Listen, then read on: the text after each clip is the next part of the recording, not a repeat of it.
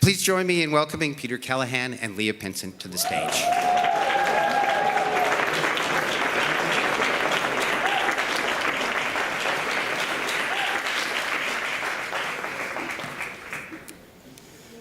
Thank you, Steve. It is absolutely great to be here hosting Canada's Top 10. And to be able to help celebrate the talent and vision of so many wonderful Canadian filmmakers. Yes, so many wonderful Canadian filmmakers who may well be in a position to hire us next year.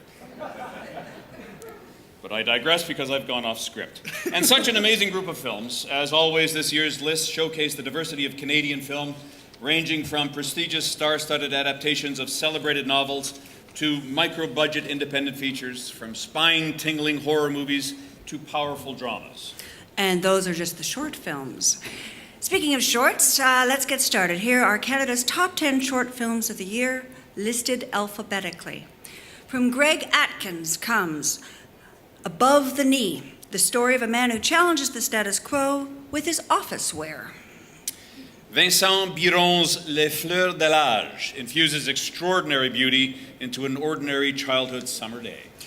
Anne-Marie Fleming's moving animated film, I Was a Child of Holocaust Survivors, captures Bernice Eisenstein's memoir about living with and letting go of the past. Jerome Sable's The Legend of Beaver Dam brings music, horror, and comedy to a fireside story at a summer camp. Fyodor Ushev's experimental documentary Lipsit Diaries explores the creativity and emotional tumult that defined filmmaker Arthur Lipsit's life. Sexuality, desire, and memory intertwine in Guy Madden's salute to legendary underground queer filmmaker Jack Smith in The Little White Cloud That Cried. I love that title. Emmanuel Hos Desmarais' Marius Borodin tells the story of an inventor who was thwarted on the brink of completing his master creation.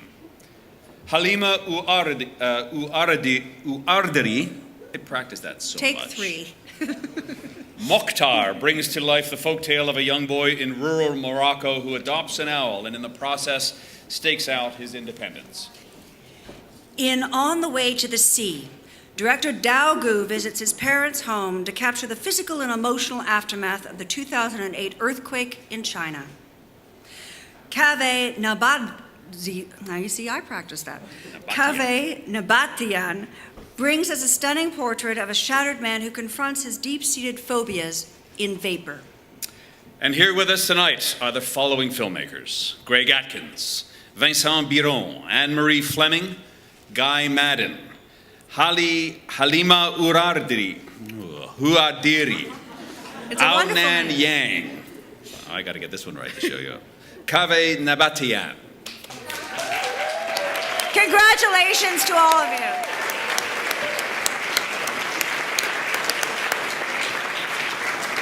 Now, here are Canada's top 10 feature films of the year listed alphabetically. Xavier Dolan's Les Amours Imaginaires with I'm going to take a pause there. Xavier Dolan's Les Amours Imaginaires. With sophisticated humor and extraordinary style, wonderkind Xavier Dolan tells the story of two longtime friends who compete for the same man, reminding us of a time when falling in and out of love took precedence over eating, drinking, and breathing. Richard Lewis's Barney's Version.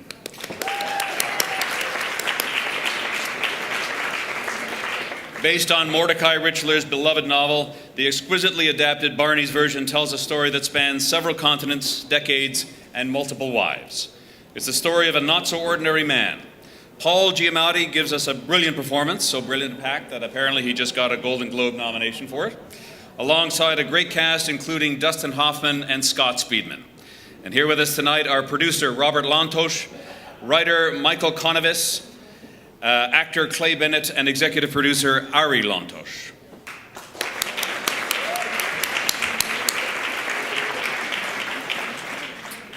Denis Cote's Curling. Celebrated filmmaker Denis Cote returns to Canada's top 10 with this deeply compassionate tale of the isolated existence of a single father and his only daughter, which boasts rich supporting characters, understated humor, and one of the most memorable opening shots of the year. Deborah Chow's The High Cost of Living.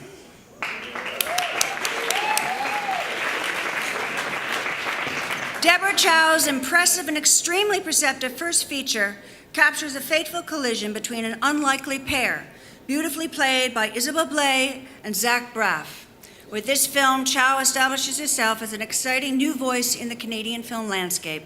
Here with us tonight are director Deborah Chow and actor Isabel Blay.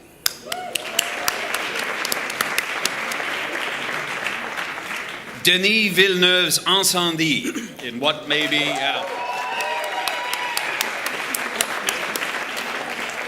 be his most masterful and riveting work to date, award-winning director Denis Villeneuve presents a rich, emotionally devastating film of a brother and sister's epic and ferocious quest to uncover the truth about their mother's past. Here with us tonight are producer Luc Derry and actor Melissa Desormeaux-Poulain.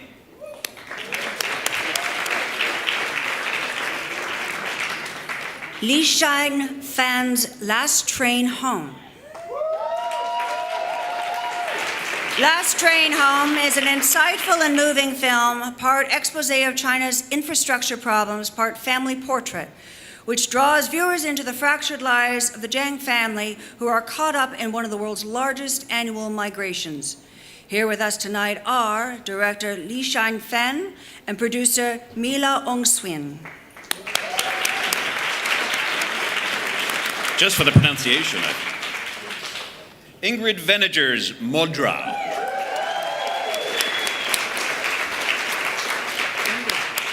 In her first solo feature, Ingrid Veneger delivers an intimate and quirky portrait of teenage self-discovery, combining a documentarian sense of truth with a sumptuous visual style and great performances from a cast of first-timers, creating a film that is both utterly honest and beautifully cinematic. Here with us tonight are director Ingrid Veneger and actors Haley Switzer and Alexander Gamal, sound recordist John Switzer.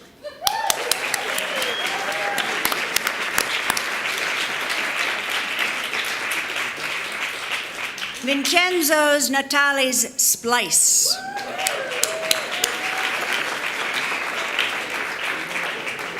Sci-fi meets horror with a body slam in Natali's high-concept Frankenstein, which stars Adrian Brody and Sarah Polley as rebel scientists who push the boundaries of scientific engineering with devastating consequences. Here with us tonight is writer Doug Taylor and actor Brandon McGibbon.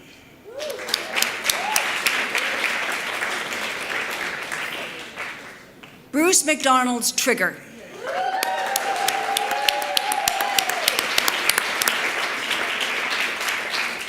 A kind of distaff rock version of My Dinner with Andre, Bruce McDonald delivers a character-rich reunion story of a highly dysfunctional yet endearing rock duo, played with courage, skill, and sensitivity by Molly Parker and one of our finest actresses, the late Tracy Wright. Here with us tonight are producers Jennifer Jonas and Leonard Farlinger, actor Don McKellar, cinematographer Jonathan Cliff, editor Matthew Hannam, executive producer Danny Chieson, and director Bruce McDonald.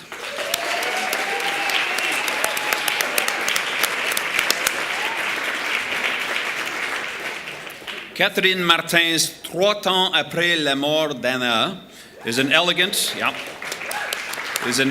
and mesmerizing story of a mother's struggle to cope with the senseless loss of her daughter. Driven by a phenomenal performance by Guylaine Tremblay and directed with astonishing sensitivity by one of our best filmmakers, here with us tonight is director Catherine Martin. So congratulations to all the filmmakers, and feast your eyes on the screens for a sneak peek of Canada's top 10 short films and feature films of 2010.